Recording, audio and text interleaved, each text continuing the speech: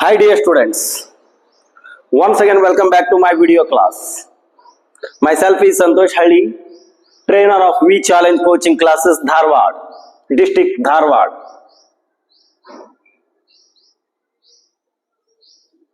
Dear students, in today's class, I am going to continue most important questions those who are preparing Sainik 2025 examination. So ಯಾರ್ಯಾರು ಈ ಸೈನಿಕ್ 2025ನೇ ಸಾಲಿನ ಸೈನಿಕ್ ಎಕ್ಸಾಮ್ಗೆ preparation ಮಾಡ್ತಾ ಇದ್ರು, so ಅವ್ರಿಗೋಸ್ಕರವಾಗಿ ಈ part 2 ದಲ್ಲಿ ಮೋಸ್ಟ್ ಇಂಪಾರ್ಟೆಂಟ್ ಕ್ವಶನ್ಸ್ ಅದು ಇಂಗ್ಲಿಷ್ ಭಾಷೆಯಿಂದ ನಾನು ನಿಮ್ ಮುಂದೆ ಪ್ರಸ್ತುತಪಡಿಸಲಿಕ್ಕೆ ಬಯಸ್ತಾ ಇದ್ದೀನಿ. ಸೊ ನನ್ನ ಈ ಒಂದು ವಿಡಿಯೋ ಕ್ಲಾಸ್ ಅನ್ನ ಯಾರ್ಯಾರು ನೋಡ್ತಾ ಇದ್ರು, ಸ್ಕಿಪ್ ಮಾಡದೆ ಸಂಪೂರ್ಣವಾಗಿ ನೋಡಿ. ನಮ್ಮ ಚಾಲೆಂಜ್ ಕೋಚಿಂಗ್ ಕ್ಲಾಸಸ್ ಇನ್ನೂರು ಯೂಟ್ಯೂಬ್ ಕ್ಲಾಸ್ ಈ ಒಂದು ಲಿಂಕ್ ಅನ್ನ ಇನ್ನು ಈ ಯೂಟ್ಯೂಬ್ಗೆ ಯಾರ್ಯಾರು ಸಬ್ಸ್ಕ್ರೈಬ್ ಆಗಿಲ್ಲೋ ಸಬ್ಸ್ಕ್ರೈಬ್ ಆಗಿ ಬೆಲ್ ಬಟನ್ ಅನ್ನ ಒತ್ತೋದ್ರ ಮೂಲಕ ಹೆಚ್ಚೆಚ್ಚು ವಿಡಿಯೋಗಳನ್ನ ಪಡೆದುಕೊಳ್ಳಿ, ಅದರ ಸದುಪಯೋಗವನ್ನ ಪಡೆದುಕೊಳ್ಳಿ ಅಂತ ಹೇಳ್ತಾ, ಸೊ ಈ ಒಂದು ವಿ ಚಾಲೆಂಜ್ ಕೋಚಿಂಗ್ ಕ್ಲಾಸಸ್ ಇನ್ನೂರ್ನ ಒಂದು ಮಾಹಿತಿ ನಿಮ್ಗೇನಾದ್ರೂ ಬೇಕಾದ್ರೆ ಈ ಡಿಸ್ಪ್ಲೇ ಆಗ್ತಕ್ಕಂತ ನಂಬರ್ಗಳಿಗೆ ವಿಶೇಷವಾಗಿ ಅದು 9743025830 ಈ ನಂಬರ್ಗೆ ಕರೆ ಮಾಡೋದ್ರ ಮೂಲಕ ಮಾಹಿತಿಯನ್ನು ಪಡೆದುಕೊಳ್ಳಿ. ಆಲ್ರೆಡಿ ಪ್ರವೇಶಗಳು ಪ್ರಾರಂಭವಾಗಿವೆ, ಪ್ರವೇಶವನ್ನ ಪಡೆದುಕೊಳ್ಳಿ ಅಂತ ಹೇಳ್ತಾ ನನ್ನ ಈ ಕ್ಲಾಸ್ ಅನ್ನ ನಾನು ಮುಂದುವರಿಸ್ತಾ ಇದ್ದೀನಿ. ಬಟ್ ಈ ಚಾಲೆಂಜ್ ಕೋಚಿಂಗ್ ಕ್ಲಾಸಸ್ ಧಾರವಾಡ, ಈ ಚಾಲೆಂಜ್ ಕೋಚಿಂಗ್ ಕ್ಲಾಸಸ್ ಸಿನ್ನೂರ್ನ ಒಂದು ಉಪಶಾಖೆಯಾಗಿದ್ದು, ಇದು ಸೈನಿಕ ಮತ್ತು ನವೋದಯ ಕಿತ್ತೂರ್ RMS ಮೊರಾರ್ಜಿ ಅಳಿಕೆ ಈ ಒಂದು ವಿದ್ಯಾರ್ಥಿಗಳಿಗೆ ತರಬೇತಿಯನ್ನ ಕೊಡ್ತಕ್ಕಂತ ಒಂದು ಕೇಂದ್ರವಾಗಿದ್ದು, ಅದು 4 ಮತ್ತು 5ನೇ ತರಗತಿ, ಅದು CBSE ಇರ್ಬೋದು, ICSE ಸ್ಟೇಟ್ ಸಿಲೆಬಸ್ ಮಕ್ಕಳುಗಳಿರ್ಬೋದು. ಬೋಧನಾ ಮಾಧ್ಯಮ ಅದು ಕನ್ನಡ ಮತ್ತು ಆಂಗ್ಲ ಮಾಧ್ಯಮ ಎರಡು ಮೀಡಿಯಂ ನಲ್ಲಿ ಕೂಡ ಈ ಒಂದು ತರಬೇತಿಯನ್ನ ಕೊಡಲಾಗುತ್ತಿದ್ದು, ಸೊ ರೆಸಿಡೆನ್ಸಿಯಲ್ ನಿಮ್ಗೆ ಇಲ್ಲಿ ರೆಸಿಡೆನ್ಸಿಯಲ್ ಮತ್ತು ನಾನ್ ರೆಸಿಡೆನ್ಸಿಯಲ್ ಎರಡೂ ಕೂಡ ಫೆಸಿಲಿಟಿ ಅವೈಲೇಬಲ್ ಇದೆ. ಸೊ ಇದರ ಸದುಪಯೋಗನ ಪಡೆದುಕೊಳ್ಳಿ ಅಂತ ಹೇಳ್ತಾ, so most important questions. So ಈ ಇಂಗ್ಲಿಷ್ ಭಾಷೆಯಿಂದ ಸೊ ನಿಮ್ಗೆ 25 ಕ್ವಶನ್ಸ್ ಗಳಿದೆ ಅಂತೇಳಿ ಪ್ರೀವಿಯಸ್ ವಿಡಿಯೋ ಕ್ಲಾಸ್ ನಲ್ಲಿ ನಾನು ಹೇಳಿದ್ದೆ already. Each question carries 2 marks, 25 into 2 50. So ಇಲ್ಲಿ 2018 ನಲ್ಲಿ ಒಂದು ಕ್ವಶನ್ ಅನ್ನ ರೈಸ್ ಮಾಡಿದ್ದು, ಏನದು? Select the most appropriate option for question tag. So tag questions ಗಳ ಮೇಲೆ ಏನಿದು ಕ್ವಶನ್ ಏನಿದೆ? Okay, will see here. I have completed my homework. So ಹಾಗಾದ್ರೆ ಟ್ಯಾಗ್ ಕ್ವಶನ್ಸ್ ಗಳನ್ನ ಮಾಡ್ಬೇಕಾದ್ರೆ ಇದ್ರ ಬಗ್ಗೆ ಆಲ್ರೆಡಿ ಒಂದು ವಿಡಿಯೋ ಕ್ಲಾಸ್ ಗಳನ್ನ ಮಾಡಿದಿನ, 3 to 4 ವಿಡಿಯೋ ಕ್ಲಾಸ್ ಗಳನ್ನ ನಾನು ಅಪ್ಲೋಡ್ ಮಾಡಿದಿನ. So if you want, you have to click the bell button and get download some videos on topic of question tags. So ಹಾಗಾದ್ರೆ I have completed my homework ಅಂತ ಇದೆ. So ಹಾಗಾದ್ರೆ ಇಲ್ಲಿ statement ಬಂದ್ಬಿಟ್ಟು ಈ ಒಂದು ಐ ಹ್ಯಾವ್ ಪ್ರೆಸೆಂಟ್ ಪರ್ಫೆಕ್ಟ್ ನಲ್ಲಿದೆ. Because so have ಬಂದ್ರೆ ಅಲ್ಲಿ ಮೊರ್ಬೇನ್ ಆಗಿರುತ್ತೆ, V3 ಇರುತ್ತೆ, V3 ಪಾಸ್ಟ್ ಪಾರ್ಟಿಸಿಪಲ್ ಇರುತ್ತೆ. ಸೊ ಹಾಗಾದ್ರೆ where should we use have? In present tense only. Present tense ನಲ್ಲಿ simple present, present continuous, present perfect continuous tense ಅಂತ ಹೇಳಿ ಸಬ್ ಟೆನ್ಸ್ ಗಳನ್ನ ಮಾಡ್ತೀವ. ಸೊ ಬಟ್ ಇಲ್ಲಿ ಹ್ಯಾವ್ ಬಂದಿದೆ, ಇದು ಪ್ರೆಸೆಂಟ್ ಪರ್ಫೆಕ್ಟ್ ಟೆನ್ಸ್ ನಲ್ಲಿದೆ ಒಂದು ಸೆಂಟೆನ್ಸ್. ನಾವು ಟ್ಯಾಗ್ ಕ್ವಶನ್ಸ್ ಗಳನ್ನ ಮಾಡ್ಬೇಕಾದ್ರೆ we have to take first what. So ನಾವು ಮೊದಲು ಏನ್ ನೋಡ್ಕೋಬೇಕು?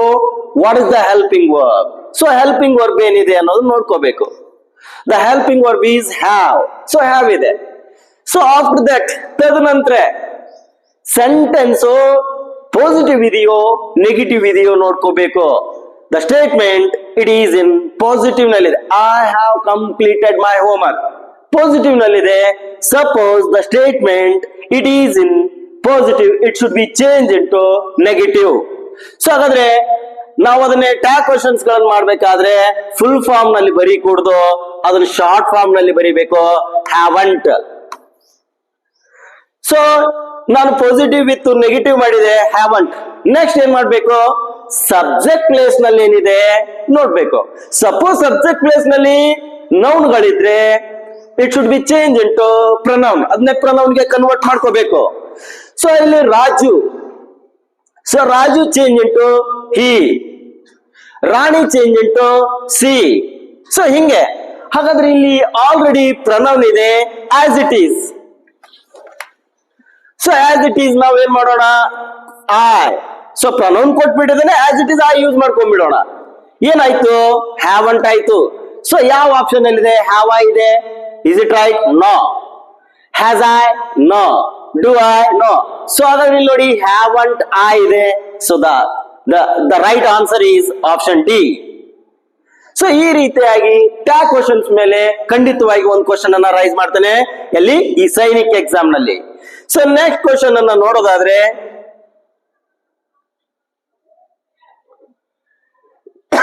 ಸೊ 2019 ನಲ್ಲಿ ಒಂದು ಕ್ವಶನ್ ಕೇಳಿದ, choose the most appropriate option given against each question. So ಹಾಗಾದ್ರೆ ಇಲ್ಲಿ which word means nearly the same as scream ಅಂತ ಕೇಳ್ತಾನೆ. ಸ್ಕ್ರೀಮ್ ನಮ್ಗೆ ಇಲ್ಲಿ ಸಿನೋನಿಮ್ಸ್ ಗಳ ಮೇಲೆ ಖಂಡಿತವಾಗಿ ಒಂದು ಅಥವಾ ಎರಡು ಕ್ವಶನ್ಸ್ ಗಳನ್ನ ಮಾಡ್ತಾನೆ. ಸಿನೋನಿಮ್ ಅಂದ್ರೆ it should gives us similar meaning, same meaning. So glossary words ಗಳಂತ ಹೇಳ್ತೀವ, ಕಂಟೆಂಟ್ ವರ್ಡ್ಸ್ ಗಳಂತ ಹೇಳ್ತೀವ. ಸೊ ಹಾಗಾದ್ರೆ ಇಲ್ಲಿ ಸ್ಕ್ರೀಮ್ ಇದ್ದು ಸಿನೋನಿಮ್ ಏನಾಗುತ್ತೆ ಅಂತ ಕೇಳ್ತಾನೆ. ಸ್ಕ್ರೀಮ್ ಅಂದ್ರೆ ನಮ್ಗೆ ಗೊತ್ತಿರಬೇಕು. Scream it means what? Scream it means loud ಅಥವಾ high pitched sound. High pitched sound, high pitched sound. Or ಅಥವಾ ಕ್ರೈ, ಚೀರೋದು, ಓಕೆನಾ? ಅಥವಾ ಎಲ್ಲಿಂಗ್ ಅಂತ ಹೇಳ್ತೀವಿ, ಎಲ್. ಸೊ ಇಷ್ಟು ಅರ್ಥ ಕೊಡುತ್ತೆ. ಅಥವಾ ಶೌಟ್ ಅಂತ ಕೂಡ ಹೇಳ್ಬೋದು, ಶೌಟ್, ಶೌಟ್. ಸೊ ನೋಡಿ, ಸ್ಕ್ರೀಮ್ ಅಂದ್ರೆ ಸೊ ಹೈ ಪಿಚ್ಡ್ ಸೌಂಡ್ ಅಂತ ಹೇಳ್ಬೋದು, ಲೌಡ್ ಅಂತ ಹೇಳ್ಬೋದು, ಕ್ರೈ ಅಂತ ಹೇಳ್ಬೋದು, ಎಲ್ ಅಂತ ಹೇಳ್ಬೋದು, ಶೌಟ್ ಅಂತ ಹೇಳ್ಬೋದು. ಇಷ್ಟು ಸಿಮಿಲರ್ ಮೀನಿಂಗ್ ಅನ್ನ ಕೊಡುತ್ತೆ ಸ್ಕ್ರೀಮು. ಬಟ್ ಇಲ್ಲಿ ಫೈಂಡ್ ಅಂದ್ರೆ ಏನು? Find it means detect. Detect ಅಂತ ಅರ್ಥ. Detect it means Discover, Discover ಮಾಡೋದು, ಹುಡುಕೋದು ಅಂತ ಅರ್ಥ. ಬಟ್ ಇಲ್ಲಿ ಸ್ಕ್ರೀಮ್ ಇದು ಮೀನಿಂಗ್ ಕೊಡೋದಿಲ್ಲ. So it is not suitable. So ಅದಕ್ಕೆ ಅದು. Next one stop. ಸ್ಟಾಪ್ ಬರೋದಿಲ್ಲ. ಸೆಲ್ ಅಂದ್ರೆ ನಿಮ್ಗೆ ಗೊತ್ತಿದೆ ಮೀನಿಂಗು. ಓಕೆ, ದ ಆನ್ಸರ್ ಈ ಶೌಟ್. ಸೊ ಪ್ರತಿಯೊಂದು ಶಬ್ದಗಳ ಅರ್ಥ ಗೊತ್ತಿದ್ದಾಗೆ ಸೊ ಖಂಡಿತವಾಗಿ ನಾವು ಅದಕ್ಕೆ ಆನ್ಸರ್ ಮಾಡಬಹುದಲ್ವಾ? ಎಸ್. ಹಾಗಾದ್ರೆ ನೆಕ್ಸ್ಟ್ ಒನ್ ಸ್ಕ್ರೀಮ್ಗೆ ಹಾಗಾದ್ರೆ ಇಲ್ಲಿ ಸಿಮಿಲರ್ ಮೀನಿಂಗ್ ಏನಾಯ್ತು? ಶೌಟ್ ಆಯ್ತು. ಸೊ ಥರ್ಡ್ ಕ್ವಶನ್ ನೋಡೋದಾದ್ರೆ, ಡ್ಯಾಶ್ ಆಲ್ವೇಸ್ ಸ್ಟುಡ್ ಥರ್ಡ್ ಇನ್ ಹರ್ ಕ್ಲಾಸ್. ಸೊ ನೋಡಿ ನಾವಿಲ್ಲಿ ಸೊ ಒಂದು ಶಬ್ದದ ಮೇಲೆ ನಾವೇನ್ ಮಾಡ್ಕೋಬಹುದು, ಆನ್ಸರ್ ಅನ್ನ ಜಡ್ಜ್ ಮಾಡ್ಕೋಬಹುದು. ಇವೆಲ್ಲ ಇದೆ, ದೇ ಇದೆ, ಹಿ ಇದೆ, ಸಿ ಇದೆ, ಇವು ಏನು, what are these? These are pronoun ಅಂತ ಹೇಳ್ತೀವ. ಸೊ ಒಂದು ಪ್ರನೌನ್ ನಲ್ಲಿ ನಾವು ಸಾಕಷ್ಟು ಟೈಪ್ಸ್ ಆಫ್ ಪ್ರನೌನ್ ಗಳನ್ನ ನೋಡ್ತೀವ. ಸೊ ಅದರಲ್ಲಿ ಈ ಸಬ್ಜೆಕ್ಟ್ ಪ್ರನೌನ್ ಬರುತ್ತೆ, ಆಬ್ಜೆಕ್ಟ್ ಪ್ರನೌನ್ ಬರುತ್ತೆ, ಪೊಸೆಸಿವ್ ಪ್ರನೌನ್ ಅಂತ ಬರುತ್ತೆ. ಯಾಕೆ ಸಬ್ಜೆಕ್ಟ್ ಪ್ರನೌನ್ ಅಂದ್ರೆ ಸಬ್ಜೆಕ್ಟ್ ಪ್ಲೇಸ್ ಗಳಲ್ಲಿ ಮಾತ್ರ ಅವುಗಳನ್ನು ಯೂಸ್ ಮಾಡ್ಲಿಕ್ಕೆ ಬರುತ್ತೆ. ಆಬ್ಜೆಕ್ಟ್ ಪ್ರನೌನ್ ಅಂದ್ರೆ ಆಬ್ಜೆಕ್ಟ್ ಪ್ಲೇಸ್ ನಲ್ಲಿ ಮಾತ್ರ ಯೂಸ್ ಮಾಡ್ಲಿಕ್ಕೆ ಬರುತ್ತೆ. ಬಟ್ ನಾವಿಲ್ಲಿ ಸಬ್ಜೆಕ್ಟ್, ಸೊ ವಾಕ್ಯದ ಮೊದಲು ಯಾವಾಗಲೂ ಸಬ್ಜೆಕ್ಟ್ ಇರುತ್ತೆ, ಡೋಯರ್. ಓಕೆನಾ? ಸಬ್ಜೆಕ್ಟ್ ಕಂಟೆನ್ಸ್ ವಾಟ್ ಅಂತಂದ್ರೆ ನೌನ್ ಅಥವಾ ಪ್ರನೌನ್ ಅಂತ ಹೇಳ್ಬಹುದು. ಸೊ ಹಾಗಾದ್ರೆ ಇಲ್ಲಿ ಸಪ್ಲೈ ದ ಕರೆಕ್ಟ್ ಪ್ರನೌನ್ ಅಂತ ಕೇಳ್ತೇನೆ. ಸೊ ಹೆಂಗೆ ಜಡ್ಜ್ ಮಾಡೋದು? ಡ್ಯಾಶ್ ಆಲ್ವೇಸ್ ಸ್ಟುಡ್ ಥರ್ಡ್ ಇನ್ ಹರ್ ಕ್ಲಾಸ್. ಒಂದೇ ಶಬ್ದದ ಮೇಲೆ ನಾವೇನ್ ಮಾಡ್ಬೋದು, ಈ ಶಬ್ದದ ಮೇಲೆ ಆನ್ಸರ್ ಅನ್ನ ಜಡ್ಜ್ ಮಾಡ್ಬೋದು. ಹರ್ ಅಂತ ಬಂದಿದೆ ಅಲ್ಲಿ, ಸೊ ಹರ್ ಬಂದ್ರೆ ಯು ಬರುತ್ತಾ, ಸೊ ಯು ಬಂದ್ರೆ ಯುವರ್ ಆಗುತ್ತೆ. ದೇ ಬಂದ್ರೆ ಇಲ್ಲಿ ದಮ್ ಇರುತ್ತೆ, ಆಬ್ಜೆಕ್ಟ್ ಪ್ರೊನೌನ್. ಹಿ ಬಂದ್ರೆ ಹಿಮ್ ಇರುತ್ತೆ. ಸಿ, ಹಾಗಾದ್ರೆ ಸಿ ಬಂದ್ರೆ ಇಲ್ಲಿ ಹರ್ ಇರುತ್ತೆ. ಸೊ ಆನ್ಸರ್ ಏನಾಗುತ್ತೆ ಅಂತಂದ್ರೆ C. C always stood third in her class. So ಹಾಗಾದ್ರೆ ಇಲ್ಲಿ option D, C is the suitable answer for third question ಅಂತ ಹೇಳ್ಬಹುದು. ಸೊ ಹಾಗಾದ್ರೆ ನೆಕ್ಸ್ಟ್ ನೋಡೋದಾದ್ರೆ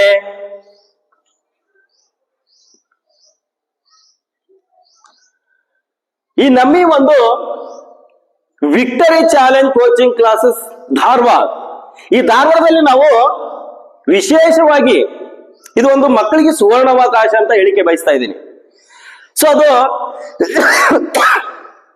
ಸೊ 4ನೇ ತರಗತಿ ಮಕ್ಕಳಿಗೆ ಒಂದು ಜೀನಿಯಸ್ ಅವಾರ್ಡ್ ಅನ್ನ ಮಾಡ್ತಾ ಇದೀವಿ. ಅದು ರಾಜ್ಯ ಮಟ್ಟದ ಚಾಲೆಂಜ್ ಜೀನಿಯಸ್ ಅವಾರ್ಡ್ ಅಂತ ಹೇಳಿಕೆ ಬಯಸ್ತಾ ಇದ್ದೀನಿ. ಸೊ ಇದನ್ನೇ ಈ 16/3/2025 ರವಿವಾರ 11:30 ನಾವು ಧಾರವಾಡದ ಈ ವಿ ಚಾಲೆಂಜ್ ಕೋಚಿಂಗ್ ಕ್ಲಾಸಸ್ ಎಲ್ಲಿ ಬರುತ್ತೆ ಅಂದ್ರೆ ಯಾರಬೇಡ PU ಕಾಲೇಜ್ ಅಪೋಸಿಟ್ ಗಿರಿನಗರ, ಕಲ್ಗಟ್ಟಿಗೆ ರೋಡ್ ಅಂತ ಹೇಳಿಕೆ ಬಯಸ್ತಾ ಇದ್ದೀನಿ. ಸೊ ಇಲ್ಲಿ ಪರೀಕ್ಷಾ ವಿಷಯಗಳು ಏನಿರ್ತವೆ ಅಂತ ಕೆಲವು ಪೇರೆಂಟ್ಸ್ ಗಳು ಕೇಳ್ತಾ ಇರ್ತಾರೆ. ಸೊ ಅದ್ರಲ್ಲಿ ಕನ್ನಡ ಇರುತ್ತೆ, ಕನ್ನಡ ಗ್ರಾಮರ್ ರಿಲೇಟೆಡ್ ಒಂದು ವಿಷಯಗಳು, ಸೊ ಇಂಗ್ಲಿಷ್ಗೆ ಮತ್ತು ಮ್ಯಾಥಮೆಟಿಕ್ಸ್, ಸಾಮಾನ್ಯ ಜ್ಞಾನ ಮತ್ತು IQ ವಿಷಯದ ಮೇಲೆ MCQ ಕ್ವಶನ್ಸ್ಗಳು, ವಸ್ತುನಿಷ್ಠ ಪ್ರಶ್ನೆಗಳು ಇರ್ತವೆ. ಅವು ಎಷ್ಟು ಪ್ರಶ್ನೆಗಳು ಇರ್ತವೆ ಅಂದ್ರೆ 50 ಪ್ರಶ್ನೆಗಳು ಇರ್ತವೆ ಅಂತ ಹೇಳಿಕೆ ಬಯಸ್ತಾ ಇದ್ದೀನಿ. ಸೊ ನಿಮ್ಗೆ ಈ ಜೀನಿಯಸ್ ಅವಾರ್ಡ್ಗೆ ರಿಜಿಸ್ಟ್ರೇಷನ್ ಏನಾದ್ರು ಮಾಡ್ಕೋಬೇಕಂತ ಬಯಸಿದ್ರೆ ಈ ಕೆಳಗಡೆ ಡಿಸ್ಪ್ಲೇ ಆಗ್ತಕ್ಕಂತ ನಂಬರ್ಗೆ ಕರೆಯನ್ನ ಮಾಡೋದ್ರ ಮೂಲಕ ಅಥವಾ ಮಗುವಿನ ಒಂದು ಹೆಸರು, ಕಲಿತಕ್ಕಂತ ಶಾಲೆಯ ಹೆಸರು ಮತ್ತು ಮಾಧ್ಯಮ, ಕನ್ನಡ ಇಂಗ್ಲಿಷ್ ಮಾಧ್ಯಮ, ಆ ಒಂದು ವಿಷಯವನ್ನ ಈ ಒಂದು ವಾಟ್ಸ್ಆಪ್ ನಂಬರ್ಗೆ ಬರೆದು ಹಾಕಿದ್ರೆ ನಾನು ಖಂಡಿತವಾಗಿ ರಿಜಿಸ್ಟರ್ ಮಾಡ್ಕೊಳ್ತಾರೆ ನಮ್ಮ ಈ ಒಂದು ಕಾರ್ಯಾಲಯದಲ್ಲಿ. ಸೊ ನೆಕ್ಸ್ಟ್ ಒನ್, ಈ 4th ಕ್ವಶನ್, 4ನೇ ಕ್ವಶನ್. ಈ 4th ಕ್ವಶನ್ ಏನ್ ಹೇಳ್ತಾ ಇದೆ, ಹಿ dash tea every morning. So ಪ್ರತಿನಿತ್ಯ ಅವನು ಏನ್ ಮಾಡ್ತಾನೆ, ಟೀ ಅನ್ನ ಕುಡಿಯುತ್ತಾನೆ. ಸೊ ನಾವ್ ಹೇಳ್ಬೇಕಾಗಿದೆ ಕುಡಿಯುತ್ತಿದ್ದಾನೆ ಅಂತ ಹೇಳಿದ್ರೆ ರಾಂಗ್ ಆಗುತ್ತೆ. ಸೊ ಕಂಟಿನ್ಯೂಸ್, ಪ್ರೆಸೆಂಟ್ ಕಂಟಿನ್ಯೂಸ್ ಅಲ್ಲಿ ಇವಾಗ ವಾಟ್ ಈಸ್ ಹ್ಯಾಪನಿಂಗ್, ಈಗ ಐ ಆಮ್ ಟೀಚಿಂಗ್. ಸೊ ಇವಾಗ ಆ ಒಂದು ಪ್ರಸ್ತುತವಾಗಿ ಆ ಕೆಲಸ ನಡೀತಾ ಇರೋದೆ, ಅವಾಗ ನಾವೇನ್ ಹೇಳ್ತೀವ ಈಸ್ ಡ್ರಿಂಕಿಂಗ್ ಅಂತ ಯೂಸ್ ಮಾಡ್ತೀವ. ಸೊ ಬಟ್ ಇಲ್ಲಿ ಬಿ ಅನ್ನೋದು ಯೂಸ್ ಮಾಡ್ಲಿಕ್ಕೆ ಆಗೋದಿಲ್ಲ. ಸೊ ಹಾಗಾದ್ರೆ ಇಲ್ಲಿ ಡ್ರ್ಯಾಂಕ್ ಅನ್ನೋದು ಡ್ರಿಂಕ್, ಡ್ರ್ಯಾಂಕ್ ಪಾಸ್ಟ್ ಟೆನ್ಸ್ ನಲ್ಲಿ ಯೂಸ್ ಮಾಡ್ತಾರೆ. ಸೊ ಆಲ್ರೆಡಿ ಅದು ಪಾಸ್ಟ್ ಕಂಪ್ಲೀಟ್ ಆಗಿಬಿಟ್ಟಿರುತ್ತೆ. ಸೊ ಅವಾಗ ನಾವು ಡ್ರ್ಯಾಂಕ್ ಅಂತ ಯೂಸ್ ಮಾಡ್ತೀವ. ಸೊ ಡ್ರಂಕ್ ಅನ್ನೋದು past participle. So past participle ನಲ್ಲಿ ಓಕೆ. ಬಟ್ ಇಲ್ಲಿ ಹಿ ಡ್ಯಾಶ್ ಟೀ ಎವ್ರಿ ಮಾರ್ನಿಂಗ್, ಪ್ರತಿನಿತ್ಯ ಅವನು ಟೀ ಅನ್ನ ಕುಡಿಯುತ್ತಾನೆ. ಕುಡಿದನು ಅಂತ ಹೇಳೋಕ್ಕಾಗಲ್ಲ, ಕುಡಿಯುತ್ತಿದ್ದಾನೆ ಅಂತ ಹೇಳೋಕ್ಕಾಗಲ್ಲ, ಕುಡಿಯುತ್ತಾನೆ. ಸೊ ಹಾಗಾದ್ರೆ ಇಲ್ಲಿ ಹಿ, ಸಿ, ಇಟ್ ಬಂದ್ರೆ, ಹಿ ಅಥವಾ ಸಿ ಅಥವಾ ಇಟ್ ಬಂದ್ರೆ ಸೊ ವರ್ಬ್ಗಳಿಗೆ ಏನಿರುತ್ತೆ ಅಂತಂದ್ರೆ ಎಸ್ ಪ್ರತ್ಯಯ ಅಥವಾ ES ಬರುತ್ತೆ. ಸೊ ಇಲ್ಲಿ ಡ್ರಿಂಕ್ಸ್ ಅಂತ ಬಂದಿದೆ ನೋಡಿ. So the answer for 4th one, option A, drinks is the right answer. ಓಕೆನಾ? Yes. Next I will go with 5th question. What is the question? Question ಏನ್ ಹೇಳ್ತಾ ಇದೆ ನೋಡೋದಾದ್ರೆ, the match has been postponed dash, it has been raining outside. So apply the conjunction. ನೋಡಿ ಈ conjunction ಅಲ್ಲಿ subordinate, coordinate, ಕೋರಿಲೇಟಿವ್ conjunction ಅಂತ 3 ಭಾಗ ಮಾಡ್ಕೊಳ್ತೀವ ನಾವು. ಮತ್ತೊಮ್ಮೆ ಹೇಳ್ತಾ ಇದ್ದೀನಿ, ಸಬಾರ್ಡಿನೇಟ್, ಕೋಆರ್ಡಿನೇಟ್, ಕೋರಿಲೇಟಿವ್ ಅಂತ ಹೇಳ್ತಾ ಇದ್ದೀನಿ. ಇಲ್ಲಿ so, because, therefore, and. So ಇವುಗಳನ್ನೇ ಕಂಜಂಕ್ಷನ್ ಅಂತ ಹೇಳ್ತೀವ. ಬಟ್ ಸೊ ಅನ್ನೋದು ಎಲ್ಲಿ ಯೂಸ್ ಮಾಡ್ತೀವ, ರಿಸಲ್ಟ್ ಅನ್ನ ಹೇಳುವಾಗ. ಬಿಕಾಸ್ ರೀಸನ್ ಅನ್ನ ಹೇಳುವಾಗ. ಸೊ ರೀಸನ್ ಹೇಳ್ಬೇಕಾದ್ರೆ ನಾವು ಬಿಕಾಸ್ ಯೂಸ್ ಮಾಡ್ತೀವ. ಸೊ ಓಕೆನಾ? So next one for that reason ಅಂತ ಹೇಳ್ಬೇಕಾದ್ರೆ ದೇರ್ ಫೋರ್ ಅಂತ ಹೇಳ್ತೀವಿ, ಫಾರ್ ದಟ್ ರೀಸನ್. ಸೊ ಇದಕ್ಕೆ ಸಿಮಿಲರ್ ಕೊಡುತ್ತೆ, for that reason. So next one add. So add, addition, add. So Raju and Ramu ಅಂತ ಹಿಂಗೆ ಆಡ್ ಮಾಡ್ಬೇಕಾದ್ರೆ ಸೊ ನಾವು ಆಡ್ ಯೂಸ್ ಮಾಡ್ತೀವ. ಸೊ ಬಟ್ ಅನ್ನೋದು ಕೂಡ ಬರುತ್ತೆ, ಅದು ಕಾಂಟ್ರಾಸ್ಟ್, ವ್ಯತ್ಯಾಸವನ್ನು ಹೇಳುವಾಗ ಯೂಸ್ ಮಾಡ್ಕೊಳ್ತೀವ ಬಟ್ ಅನ್ನೋದು. ಬಟ್ ಇಲ್ಲಿ ಸೊ ಮತ್ತು ಬಿಕಾಸ್ ಏನ್ ವ್ಯತ್ಯಾಸ ಅಂದ್ರೆ ಬಿಕಾಸ್ ಸೊ ಇಲ್ಲಿ ಬಿಕಾಸ್ ನಲ್ಲಿ ಏನಿರುತ್ತೆ, ಈ effect plus because plus cos.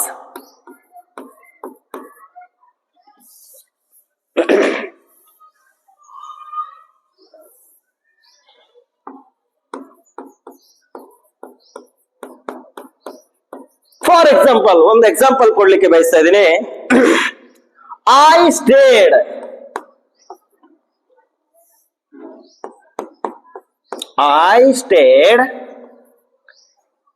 at home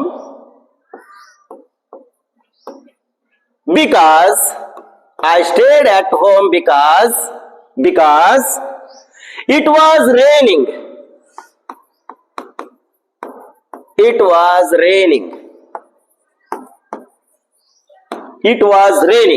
ನೋಡಿ ಇಲ್ಲಿ ಎಫೆಕ್ಟ್ ಅವು ಯಾಕೆ ಮನೆಯಲ್ಲಿ ಉಳ್ಕೊಂಡ?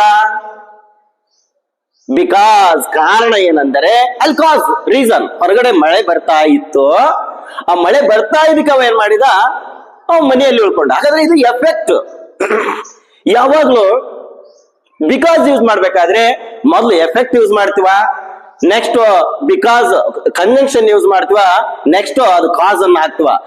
ಕಾಸ್ ಅಂದ್ರೆ ರೀಸನ್, ಹೊರಗಡೆ ಮಳೆ ಬರ್ತಾ ಇತ್ತು, it was raining out side. So ಅವ ಏನ್ ಮಾಡಿದ, ಅದಕ್ಕೆ ಎಫೆಕ್ಟ್, ಅದ್ರ ಪರಿಣಾಮ ಏನಾಯ್ತು, ಅವ ಮನೆಯಲ್ಲಿ ಉಳ್ಕೊಂಡ. ಸೊ ಅದಕ್ಕೆ I stayed at home because it was raining. So next one ಇಲ್ಲಿ ಸೊ ಇದ್ರ ಅಪೋಸಿಟ್ ಇರುತ್ತೆ. ಮೊದ್ಲು ಏನಿರುತ್ತೆ ಇಲ್ಲಿ ಸೊ ಬಂದಾಗೆ, ಮೊದ್ಲು ನಾವು ಕಾಸ್. ಸೊ ಕಾಸ್ ಯೂಸ್ ಮಾಡ್ಕೋಬೇಕಾಗುತ್ತೆ. Cause plus so plus cause plus so plus effect. So ನೋಡಿ ಎಫೆಕ್ಟ್ ಉಲ್ಟಾ, ಇದು ಅಪೋಸಿಟ್ ಆಗುತ್ತೆ. ಹಾಗಾದ್ರೆ ಇಲ್ಲಿ ಮೊದಲು it was raining,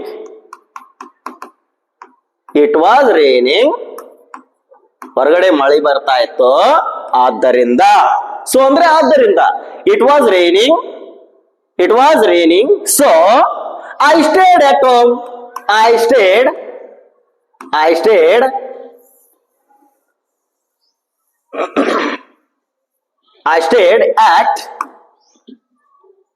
I stayed at home. So ಇಲ್ಲಿ ಮೊದಲು ಏನ್ ಬಂತಲ್ವಾ, ಇಲ್ಲಿ ಕಾಸ್. ಸೊ ಯೂಸ್ ಮಾಡ್ಬೇಕಾದ್ರೆ ಮೊದಲು ಕಾಸ್ ಇರುತ್ತೆ, ನಂತರ ಸೊ ಹಾಕ್ತಿವ, ಆಮೇಲೆ ಎಫೆಕ್ಟ್ ಹಾಕ್ತಿವ. ಸೊ ಅಪೋಸಿಟ್ ಡೈರೆಕ್ಷನ್ ಅಲ್ಲಿ ಇರುತ್ತೆ ಬಿಕಾಸ್ ಸೋಗೆ. ಸೋದಲ್ಲಿ ಮೊದಲು ಕಾಸ್ ಬರುತ್ತೆ, ಆಮೇಲೆ ಕನ್ವೆನ್ಷನ್ ಹಾಕ್ತಿವ, ಆಮೇಲೆ ಎಫೆಕ್ಟ್ ಇರುತ್ತೆ. ಬಟ್ ಬಿಕಾಸ್ ನಲ್ಲಿ ಎಫೆಕ್ಟ್ ಇರುತ್ತೆ, ನಂತರ ಬಿಕಾಸ್ ಓಕೆ ಕನ್ವೆನ್ಷನ್ ಯೂಸ್ ಮಾಡ್ತೀವ, ನೆಕ್ಸ್ಟ್ ಕಾಸ್ ಯೂಸ್ ಮಾಡ್ತೀವ. ಇಷ್ಟು ಡಿಫ್ರೆನ್ಸ್ ಅಂತ ಹೇಳ್ಬೋದು ಯಾವ್ದಕ್ಕೆ, ಸೋ ಮತ್ತು ಬಿಕಾಸ್ಗೆ. ಹಾಗಾದ್ರೆ ಇಲ್ಲಿ ಏನ್ ಆನ್ಸರ್ ಬರುತ್ತೆ, the match has been postponed. So ಹಾಗಾದ್ರೆ ಇಲ್ಲಿ ಯಾಕೆ ಪೋಸ್ಟ್ಪೋನ್ ಆಯ್ತು? ಎಫೆಕ್ಟ್ ಕೊಟ್ಬಿಡ್ದಾನೆ, ಎಫೆಕ್ಟ್ ಇದೆ ಮೊದಲು, the match has been postponed. So ಯಾಕೆ ಪೋಸ್ಟ್ಪೋನ್ ಆಯ್ತು? ಬಿಕಾಸ್. ಸೊ ರೀಸನ್ ಬರಿಬೇಕು ನಾವು, ಕಾರಣ. Because it has been raining, ಹೊರಗಡೆ ಮಳೆ ಬರ್ತಾ ಇತ್ತು. ಕಾಸ್ ನೋಡಿ, ಎಫೆಕ್ಟ್ ಕನ್ಜಂಕ್ಷನ್ ಬಿಕಾಸ್ ಆಮೇಲೆ ಕಾಸ್. ಸೊ ಅದು ಹೊರಗಡೆ ಮಳೆ ಬರ್ತಾ ಇದಕ್ಕೆ ಮ್ಯಾಚ್ ಏನಾಯ್ತು, ಇಟ್ ಹ್ಯಾಸ್ ಬೀನ್ ರೈನಿಂಗ್, ಮಳೆ ಬರ್ತಾ ಇತ್ತು ಔಟ್ ಸೈಡ್. ಸೊ ಅದಕ್ಕೆ ಮ್ಯಾಚ್ ಏನಾಯ್ತು, ಪೋಸ್ಟ್ಪೋನ್ ಆಯ್ತು. ಸೊ ಈ ರೀತಿಯಾಗಿ ನಾವೇನಪ್ಪ ಅಂತಂದ್ರೆ ಈ ಒಂದು ಕನ್ಜಂಕ್ಷನ್ಸ್ ಗಳನ್ನ ಯೂಸ್ ಮಾಡ್ಕೋಬಹುದು. ಸೊ ಓಕೆನಾ? Yes. Next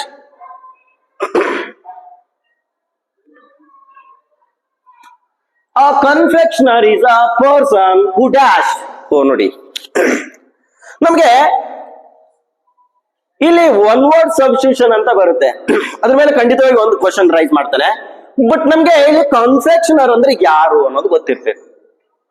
but if we don't know the meaning of confectioner, so we can't answer. ನಮ್ಗೆ ಆನ್ಸರ್ ಮಾಡ್ಲಿಕ್ಕೆ ಆಗೋದಿಲ್ಲ. ಇಲ್ಲಿ ಕನ್ಫೆಕ್ಷನರ್ ಕೆಲಸ ಏನು? Sells tools, sells confection, sells sweets, sells clothes ನ. ಸೊ ಹಾಗಾದ್ರೆ ಇಲ್ಲಿ ಕನ್ಫೆಕ್ಷನರ್ ಅಂತಂದ್ರೆ ಮಿಠಾಯಿಯನ್ನ ಮಾರ್ತಕ್ಕಂಥ ವ್ಯಕ್ತಿಗೆ ನಾವು ಕನ್ಫೆಕ್ಷನರ್ ಅಂತ, ಸಿಹಿ ತಿನಿಸುಗಳನ್ನ ಮಾರ್ತಕ್ಕಂಥ ವ್ಯಕ್ತಿಗೆ ನಾವೆಂತ ಹೇಳ್ತೀವ? ಕನ್ಫೆಕ್ಷನರ್ ಅಂತ ಹೇಳ್ತೀವ.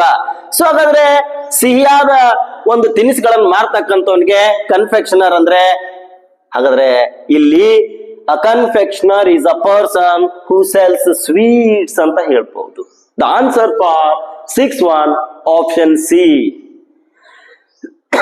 ಸೊ ನೆಕ್ಸ್ಟ್ ಒನ್ ನೋಡಿ, ಸ್ವಲ್ಪ ಡಿಫರೆಂಟ್ ಆಗಿದೆ question.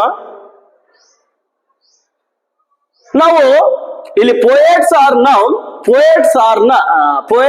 known to fly in their thoughts. So ಇಲ್ಲಿ ಅಂಡರ್ಲೈನ್ ವರ್ಡ್ ಕೊಟ್ಟಿದ್ದಾನೆ.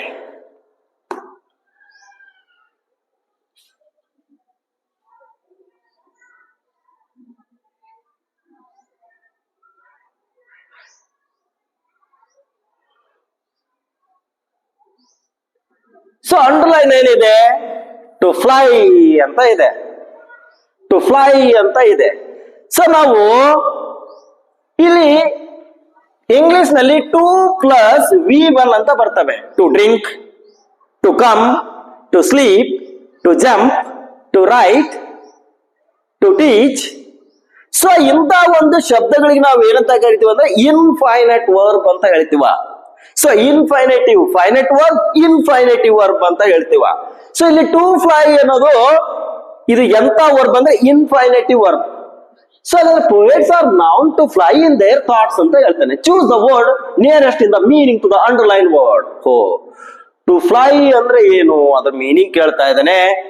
ಸೊ ಇಲ್ಲಿ 4 ವರ್ಡ್ಗಳನ್ನ ಕೊಟ್ಟಿದ್ದಾನೆ. ಒಂದೇದು ಸೋರ್ ಇಟ್ ಮೀನ್ಸ್ ಹರ್ಟ್ ಮಾಡೋದು ಅಂತ ಅರ್ಥ. ಸೋರ್ ಇಟ್ ಮೀನ್ಸ್ ಹರ್ಟ್. ಇಲ್ಲಿ ಇನ್ನೊಂದು ಸಾವರ್. ಸೊ ಇದನ್ನ ಪ್ರೊನೌನ್ಸಿಯೇಷನ್ ಮಾಡೋಕೆ ಸಾವರ್. ಸೊ ಸಾವರ್ ಅಂತಂದ್ರೆ ಬಿಟರ್, ಕಹಿ ಅಥವಾ ಎಸಿಡ್ ಅಂತ ಹೇಳ್ಬೋದು. ಬಿಟರ್ ಅಥವಾ ಎಸಿಡ್. ಸೊ ಇನ್ನೊಂದು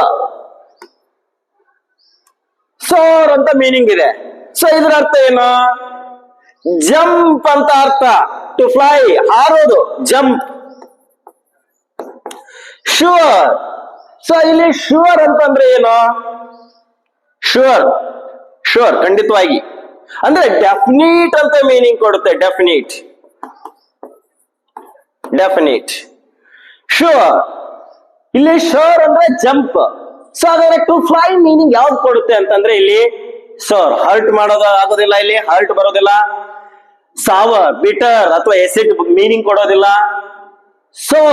ಸೋರ್ ಮೀನಿಂಗ್ ಇಲ್ಲಿ ಏನಾಗುತ್ತೆ ಅಂದ್ರೆ jump. To fly it means yes. ಹಾಗಾದ್ರೆ the answer for 7th one, to fly it means soar. To jump meaning ಅನ್ನ ಕೊಡ್ತಾ ಇದೆ. ಸೊ ಹಾಗಾದ್ರೆ ಇಲ್ಲಿ ಆನ್ಸರ್ ಏನಾಗುತ್ತೆಪ್ಪ ಅಂತಂದ್ರೆ so option C, soar, it is the right one. So next one,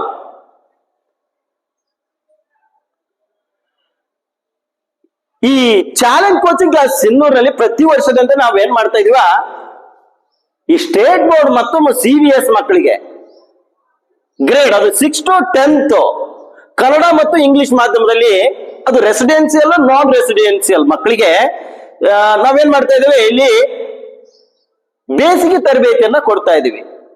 so ಸ್ಥಳೀಯ local ಸ್ಟೂಡೆಂಟ್ಸ್ಗೆ ಏನಿದೆ, ಬಸ್ ಫೆಸಿಲಿಟಿ ಕೂಡ ಅವೈಲೇಬಲ್ ಇದೆ. ಸೊ ನಿಮ್ಗೆ ಈಗ ಆಲ್ರೆಡಿ ಅಡ್ಮಿಷನ್ಸ್ಗಳು, ಪ್ರವೇಶಗಳು ಪ್ರಾರಂಭವಾಗಿವೆ. ಸೊ ನಿಮ್ಗೆ ಇದ್ರ ಏನಾದ್ರೂ ಹೆಚ್ಚಿನ ಮಾಹಿತಿ ಬೇಕಂದ್ರೆ ಇಲ್ಲಿ ಡಿಸ್ಪ್ಲೇ ಆಗ್ತಕ್ಕಂಥ ನಂಬರ್ಗಳಿಗೆ ಕರೆಯನ್ನು ಮಾಡಿ ಮಾಹಿತಿಯನ್ನು ಪಡ್ಕೊಳ್ಳಿ ಅಂತ ಹೇಳ್ತಾ, ಸೊ ನೆಕ್ಸ್ಟ್, ಸೊ ಇಲ್ಲಿ 8ನೇ ಕ್ವಶನ್ ಅನ್ನ ನೋಡೋದಾದ್ರೆ ಚೂಸ್ ದ ಕರೆಕ್ಟ್ ನೋಡಿ, ಇಲ್ಲಿ ವರ್ಬ್ ಅಂತ ಇದ್ರೆ ಸಿನ್ಸಿಯರ್, ಇಲ್ಲಿ ಕರೆಕ್ಟ್ ಸ್ಪೆಲ್ಲಿಂಗ್ ಆಗ್ಬೇಕಾಗಿದೆ. Choose the correct spelling. Choose the correct spelling.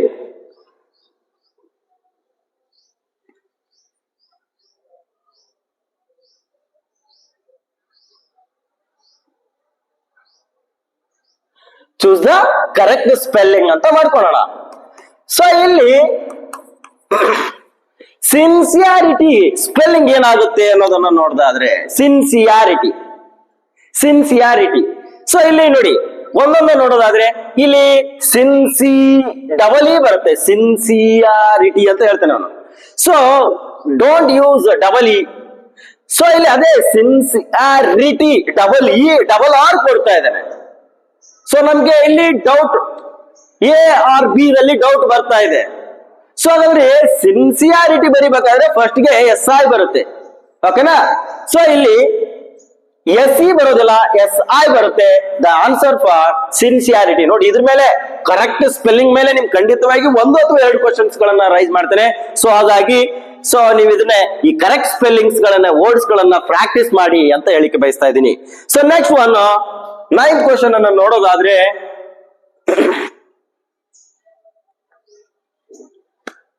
Fill in the blanks. 2024 ನಲ್ಲಿ ಒಂದು ಕ್ವಶನ್ ಅನ್ನ ರೈಸ್ ಮಾಡಿದ್ದಾನೆ. ಏನು? The dash of these products good. So ಇದು ಸಬ್ಜೆಕ್ಟ್ ವರ್ಬ್ ಅಗ್ರಿಮೆಂಟ್ ಗೆ ರಿಲೇಟೆಡ್ ಇರತಕ್ಕಂತ ಒಂದು ಕ್ವಶನ್ ಅಂತ ಹೇಳ್ಬಹುದು. ಸೊ ಇಲ್ಲಿ ಕ್ವಾಲಿಟಿ ಕೊಟ್ಟಿದ್ದಾನೆ,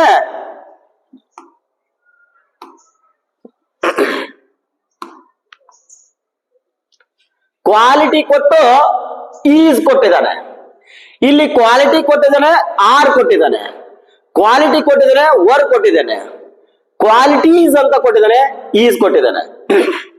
ಸೊ ನಮ್ಗೆ ಇಲ್ಲಿ ಹೆಲ್ಪಿಂಗ್ ವರ್ಬ್ಸ್ ಗಳು ಬಹಳ ಇಂಪಾರ್ಟೆಂಟ್ ಆಗ್ತವೆ. So the dash of these products ಅಂತ ಹೇಳ್ತೇನೆ ನೋಡಿ, ದೀಸ್ ದೋಸ್. ಸೊ ದೀಸ್ ಅಂದ್ರೆ ಈ ಪ್ರಾಡಕ್ಟ್ಸ್ ಗಳು ಬಹಳ ಉತ್ತಮವಾಗಿವೆ ಅಂತ ಇದ್ವು ಅಂತ ಹೇಳ್ಬೇಕು ಇಲ್ಲಿ. ಹಾಗಾದ್ರೆ ಇಲ್ಲಿ the dash of these products good ಅಂತ ಹೇಳ್ಬೇಕಾಗಿದೆ. ಹಾಗಾದ್ರೆ ಇಲ್ಲಿ ದ ಕ್ವಾಲಿಟೀಸ್ ಅಂತ ಬಂದ್ರೆ ಇಲ್ಲಿ ಏನಾಗುತ್ತೆ, ಇಲ್ಲಿ ಪ್ಲೂರಲ್ ಇದ್ದಾಗೆ ಇಲ್ಲಿ ಆರ್ ಆಗುತ್ತೆ, ಬಟ್ ಇದು ರಾಂಗ್ ಆಗುತ್ತೆ. ಸೊ ಡಿ ಬರೋದಿಲ್ಲ. ಸೊ ಸಿ ನೋಡೋದಾದ್ರೆ ಇಲ್ಲಿ ನಮ್ಗೆ ಈ ಕ್ವಾಲಿಟಿ ಬಗ್ಗೆ ಹೇಳ್ತಾ ಇದ್ದಾರೆ. ಸೊ ಇದನ್ನೇ ಸಿ ಅನ್ನೋದು ಯೂಸ್ ಮಾಡ್ಲಿಕ್ಕೆ ಆಗೋದಿಲ್ಲ. ಸೊ ಕ್ವಾಲಿಟಿ ಬಂದ್ರೆ ಇಲ್ಲಿ ಆರ್ ಬಂದಿದೆ, ಅಂದ್ರೆ ಇಲ್ಲಿ ಕ್ವಾಲಿಟೀಸ್ ಬರ್ಬೇಕಾಗಿತ್ತು. ಸೊ ಅದ್ರ ಇಲ್ಲಿ ಆರ್ ಕೊಟ್ಟಿದ್ದಾರೆ. ಇಲ್ಲಿ ನೋಡೋಣ ಆಪ್ಷನ್ ಎ ನೋಡೋದಾದ್ರೆ ದ ಕ್ವಾಲಿಟಿ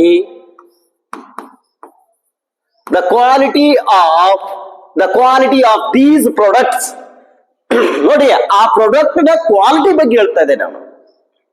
ಆ ಪ್ರಾಡಕ್ಟ್ ಗಳ ಕ್ವಾಲಿಟಿ ಹೆಂಗಿತ್ತಂತೆ, ಈಸ್ ಅಂತ ಹೇಳ್ಬೇಕು ನಾವು, ಓಕೆನಾ. The quality of these products is good. So ಈ ರೀತಿಯಾಗಿ ನೋಡೋದಾದ್ರೆ ಸೊ ಇಲ್ಲಿ option A is a suitable answer for 9th question ಅಂತ ಹೇಳ್ಬೋದು. ಸೊ ಪ್ರಾಪರ್ ಆಗಿ ರೀಡ್ ಮಾಡ್ಕೋಬೇಕಾಗತ್ತೆ. So next question, identify the tense of the following sentence. So tense it can be divide into mainly 3 kinds, present, past, future ಅಂತ ಹೇಳ್ತೀವ. But ಪ್ರತಿ ಒಂದು tense ಅನ್ನ each tenses it can be divide into 4 sub tense. ಅದರಲ್ಲಿ simple present, present continuous, present perfect continuous tense ಅಂತ ಹೇಳ್ತೀವ. So ಇಲ್ಲಿ